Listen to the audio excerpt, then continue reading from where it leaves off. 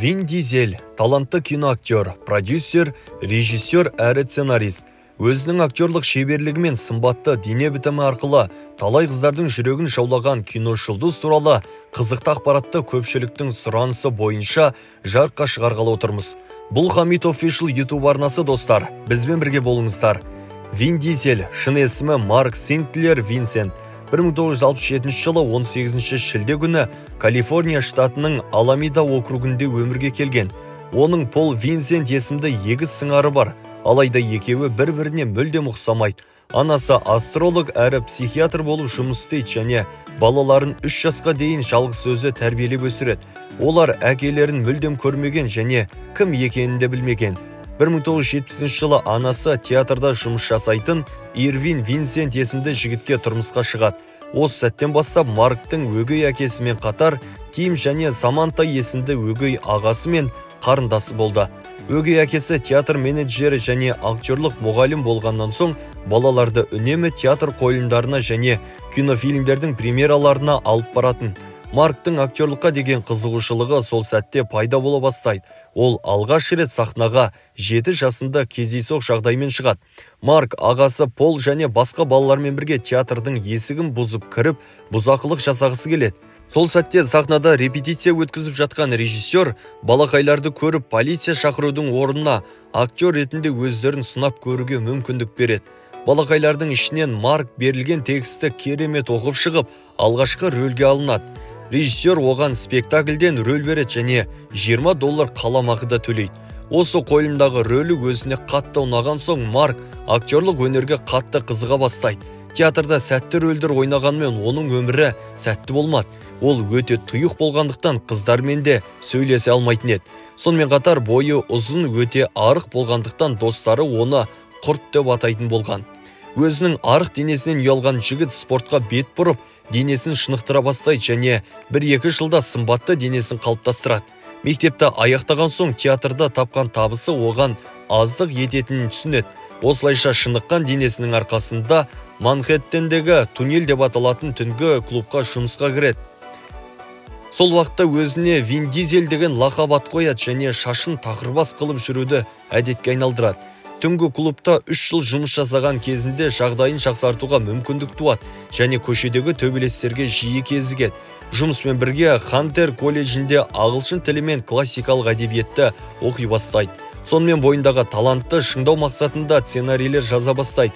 1987 жылы Вин Дизель оқуында клубтағы жұмысын да тастап, өзінің туып өскен жері Нью-Йорк қаласына келеді.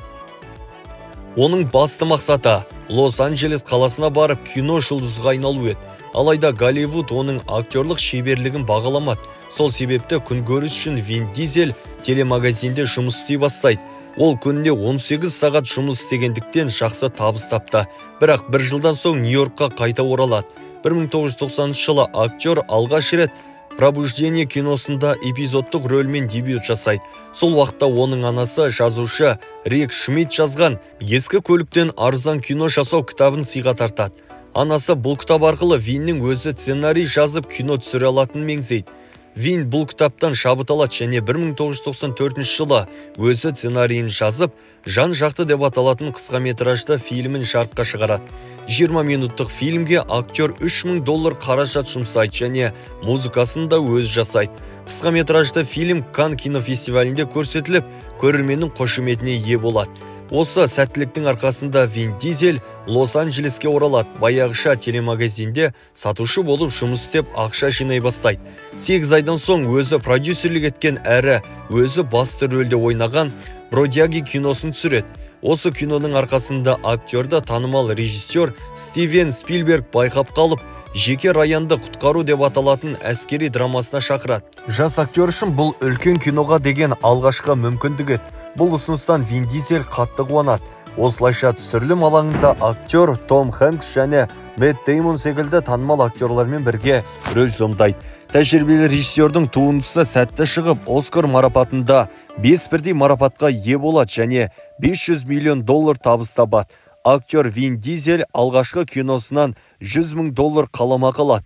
1999 жылы «Болат гигант» мультфильміне дауыс басады. Сонымен қатар «Черная дыра» киносында басты рөлдегі Риддик образын сомдайды. Түсірілім алаңында актер иығын жарақаттап алады және көзіне тағылған линзадан да зардап шегеді. Осы фильмнен кейін Риддик образын көрермен жылы қабылдайды. Актер әрмен қарай тоқтаусыз фильмдерге түсуді жалғастырады. 2000 жылдың басында «Бойлерная», в «Черной дыре» және «Вышибали» киноларындағы ерекше рөлдермен көзге түсе бастайды. Вин Дизельді Риддик образынан бөлек әлемге кеңінен танытқан «Форсаж» экшн фильміндегі Доминик Торетто образы. Фильм 2001 жылы жарыққа шығып, бұзақы жастармен заңсыз өткізілетін көліктер жарысы туралы баяндалады. Басты рөлде Вин Дизельдің серіктесі ретінде Пол Уокер, Мишель Родригес те бірге рөл сомдайды. Сәтті шыққан фильмді көрермендер жылы қабылдады және кинопрокаттан $200 миллион астам табыс тапты. Ал актер $2 миллион қаламақы алады. Басты рөлдегі Вин Дизель және актер Пол Уокер MTV Movie Awards марапатында үздік актерлық команда номинациясын жеңіп алады. Осы кинодан соң Вин Дизель актриса Мишель Родригеспен кездесе бастайды.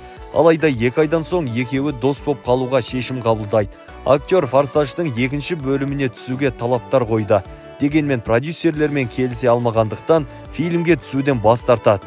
2002 жылы 3X киносында басты рөл сомдайды және кинодағы трюктардың көбісін өз орындайды. Ешқашан мотоциклде отырмаған Вин осы киноға түсу барысында 3 ай байкерлерден сабақ алады. 3X киносындағы образ үшін актер MTV Movie Awards марапатының үздік ер адам рөлі номинациясын иеленеді және $10 миллион қаламақы алады. Осы кинодан соң актер Павла Харкова есімді модельмен кездесе бастайды, алайда ара қатынастары ұзаққа созылмайды. 2003 жылы өзі продюсерлік еткен «Одиночка» киносында басты рөлді сомдап $2,5 миллион қаламақы алады. 2004 жылы бұрынғы Риддик образына қайта оралып, «Хроники Риддика» киносына түседі. Фильм көп табыс таппаса да, Вин Дизель $11 миллион қаламақы алды және «Алтын малина» марапатында ең нашар ер адам рөлі номинацияларын иеленеді. 2005 жылы актер тақырыбы аспала күтуші арнайы тапсырма. Мені кінәлі деп санаңыздар комедияларында ойнайды. Көрермен оны боевик киноларды көріп үйренсе де, комедия жанрындағы фильмдеріне оң баға береді. 2006 жылы Вин Дизель «Форсаж» киносының 3-ші бөлімінде эпизодтық рөл сомдайды. 2007 жылы 40 жастағы актер 23 жастағы Палома Хименс есімді арумен кездесе бастайды. Олар ресми түрде некеге тұрмаса да бірге өмір сүрді және 1 жылдан кейін Хания Райли есімді қыздары өмірге келді. 2008 жылы Вин Дизель «Вавилон нашей эры» фантастикалық киносында басты рөл сомдайды. 2009 жылы «Форсаж» киносының 4-ші бөліміне актер әрі продюсер ретінде қайта оралды және Пол Уокер, Мишель Родригес, Сон Ган секілді танымал актерлармен бірге рөл сомдады. Сол жылы «Бандиттер» қысқаметражды киносы да жарық көреді. Фильм сюжеті «Форсаждың» 4-ші бөліміне Доминик Торетто командасына қайта оралу туралы еді. 2010 жылы актердің Винсент есімді ұлы өмірге келеді. Айтпақшы, оның некесіз туылған тағы бір ұлы бар, алайда бұл туралы актер ештеңе айтқысы келмейді. 2011 жылы асыға күткен «Форсаж» киносының 5-ші бөлімі экрандарға шығады. Бұл жылы актерлар құрамында Вин Дизельден бөлек Дуэйн Джонсон, Пол Уокер, Тайрис Гибсон, Лудакрис, Мишель Родригес, Джордана Брюстер, Сон Ган, Эльза Патаки және Галь Гадот та болады. Фильм өте сәтті шығып, әлем бойынша $600 миллион астам табыс тапты. Ал Доминик Торетто образы үшін актер $15 миллион қаламақы алады. 2013 жылы Риддик киносын өзі продюсерлік етіп, өзі басты рөл сомдайды.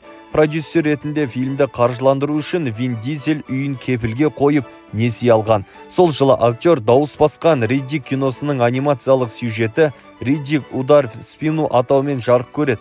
Сонымен қатар 2013 жылы «Форсаж» киносының 6-шы бөлімі жарыққа шығып, киносүйер қауымды қайта қуантты. Көрермендердің көңілінен франшизаның 7-ші бөлімін түсіру жұмыстары басталып кетеді. Сол уақытта фильмдегі басты рөл сомдаған актер Пол Уокер жол апатынан қайтыс болып, түсірілім жұмыстары кейінге қалдырылады. Актердің қазасы Вин Дизельге ауыр тиеді. Себебі Пол Уокер актердің жақын достарының бірі еді. 2014 жылы актер Стражи Галактики киносында Груттың образын сомдайды. 2015 жылы Вин Дизельдің екінші қызы өмірге келеді. Ол қызының есімін қаза тапқан досы актер Пол Уокердің құрметіне Полин деп қояды. Басты рөлдегі актер Пол Уокердің қайтыс болғанына қарамастан Форсаж киносының 7-ші бөлімі жарыққа шығады. Вин бұл жолда фильмге продюсерлік етті және басты кейіпкер Доминик Торетто образын сомдады. Пол Уокердің образын туған інісі Коди Уолкер ойнағанмен түсірілім тобы компьютерлік графика арқылы Пол Уокердің бет бейнесін орналастырады. Фильмге Дуэйн Джонсон, Джейсон Стейтхем, Курт Рассел, Тони Джа секілді танымал киноактерлар да қатысты. Фильм толықтай қаза тапқан актер Пол Уокердің құрметіне арналады. Кино соңында актермен қоштасу сахнасы миллиондаған көрерменді жылатты. Сонымен қатар $1 миллиард астам табыс тапты. Ал актер Вин Дизель $47 миллион қаламақы алады. 2016 жылы 3X киносының жалғасы 3X әлемдік үстемдік фильмінде Донни Йен, Тони Джа, Дипика Падукон, Самуэль Л. Джексон секілді танымал актерлармен бірге басты рөл сомдайды. Сол уақытта Вин Дизель осы кинода ойнаған актриса Нина Добревпен кездесіп жүрдеген ақпараттар тарайды. Уақыт өте бұл жайған ақпарат екеуі жақын араласатын достар екені белгілі болды. 2016 жылы Билли Флиннің футбол матчындағы ұзақ жол деп аталатын фильмде 2017 жылы Стражи Галактики киносының 2-ші бөлімінде сол баяғы Груттың образын сомдайды. 2016 жылы актер кино саласынан $36 миллион табыс табады және әлем бойынша ең бай актерлардың тізімінде 7-ші орын иеленді. 2017 жылы миллиондаған көрермен асыға күткен Форсаж киносының 8-ші бөлімі жарық көреді. Түсірілім жұмыстар кезінде Вин Дизель актер Дуэйн Джонсон ойнайтын бірнеше сюжетті алып тастайды және актерлардың көп уақытын алып қойған. Осылайша екі актердің ортасында дау-дамай басталып кетеді. Бұл жағдайға қарамай фильмді көрермендер жылы қабылдады, сондықтан кинопрокаттан $1 миллиард $200 миллион табыс тапты. 2017 жылы актер Вин Дизель бір жылда $54 миллион табыс табады және ең бай актерлардың тізімінде 3-ші орынға жайғасады. 2018 жылы актер кек алушылар шексіздік соғысы және кек алушылар финал фильмдерінде сол баяғы Груттың образына дауыс басады. Сонымен қатар Ральф интернетке қарсы мультфильміне де 2018 жылы Форсаж шпионские гонки мультфильміне продюсерлік етеді. Ал 2020 жылы түсірілген Бланшот фильмін киносыншылар қатты сынап тастайды. Себебі актердің образы басқа рөлдерінен еш айырмашылығы болмаған. 2021 жылы көрермен асыға күткен Форсаж киносының 9-ші бөлімі ұзақ үзілістен соң экрандарға шығады. Фильм туралы көрермендерде түрлі пікірлер қалыптасты. Бірі даттаса, бірі мақтайды. Алайда фильмнің өзі әлемдік кинопрокаттан $700 миллион астам қаражат жинады. Алдағы уақытта Вин Дизель Аватар киносының 2-ші бөлімінде басты рөлді сомдайды деген ақпараттар бар. Сонымен қатар Стражи Галактики фильмінің 3-ші бөлімінде Груттың образына қайта оралады. Сонымен қатар Форсаж киносының 10-ші бөлімінде жоспарлауда. Актер қазіргі таңда Дуэйн Джонсонмен қайта татуласты. Сондықтан франшизаның жаңа бөлімінде Дуэйн Джонсон мен Джейсон Стейтхемді қайта көруіміз әбден мүмкін. Және Вин Дизельдің қатысуымен 3X4 және Фурия фантастикалық фильмдері де жарық көреді деп күтілуде. Кинодағы жарқын образдары актердің табысты болуына да көмектесті. Қазіргі таңда Вин Дизельдің табысы $250 миллион жеткен. Актер 30 секундтық жарнамаға $3 миллион қаламақы алады. Ол Dodge автокөлігін қытайлық Яда скутерін жарнамалап миллиондап табыс тапты. Актер скутердің жарнамасына түскеннен кейін қытайлық Яда компаниясының сатылымы 90%-ға өскен. Вин Дизельдің гаражында Chevrolet автокөлігінің бірнеше түрі, Dodge автокөлігінің ескі нұсқалары, Lykan Гиперспорт, сонымен қатар қымбат мотоциклдер мен арнайы автотрейлері де бар. Көлемі үлкен автотрейлердің іші үй секілді жасалынған. Актер оны түсірілім алаңында қолданады.